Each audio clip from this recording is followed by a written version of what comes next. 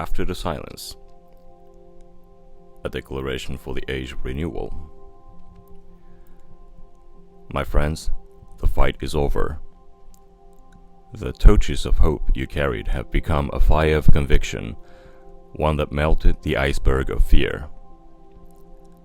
They have learned that those who walk with fire cannot be burned, and that the flood sent to drown us instead nourished the ground thirsty for truth.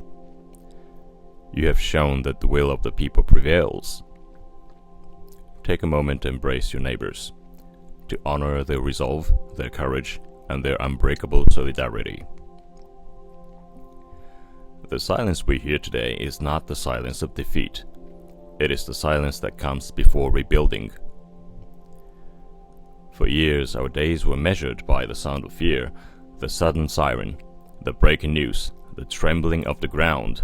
And yet, here we stand on the far shore of war, trying to remember how to live again. But peace, true peace, is not a gift that falls from the sky. It is a discipline, a decision, a daily act of courage.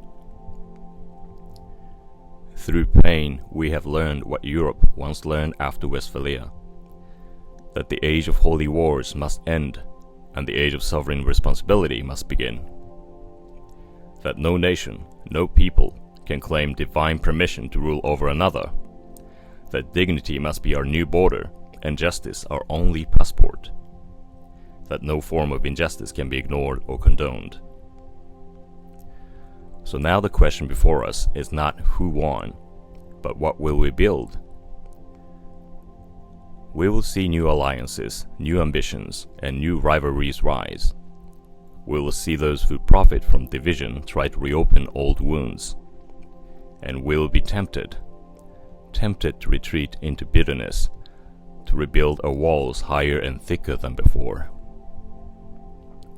But we must remember, peace is not the absence of enemies.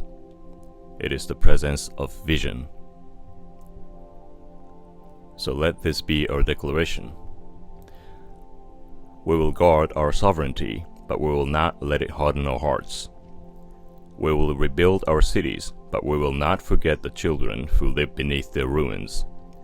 We will honor our faith, but we will not turn it into a weapon against another's prayer. Each generation is given one defining moment, to choose between the comfort of vengeance and courage of renewal. Let this be ours. For the storms will come.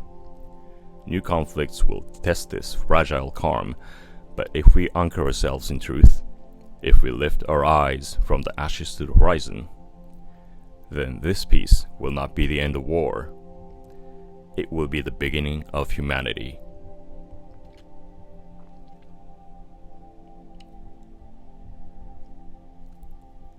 The light that guides us. So as we step into this new dawn, let us walk not with pride, but with purpose. Let us be humbled by what we have endured, and awakened by what we can still become. The eagle above us reminds us that peace is not weakness, it is flight. It soars not to escape the storm, but to rise above it, guided always by the North Star of truth. Let the compass within each of us point not toward conquest, but toward conscience. Let it guide our hands in rebuilding, our voices in reconciling, and our hearts in remembering. For freedom without wisdom is fragile. Justice without mercy is hollow, and peace without courage is fleeting. So may we be the generation that binds strength with compassion and sovereignty with grace. May the fires we lit in the darkest nights now warm the next generation's dawn. And as history watches, may it be said of us, they rebuilt not just their world, but their humanity.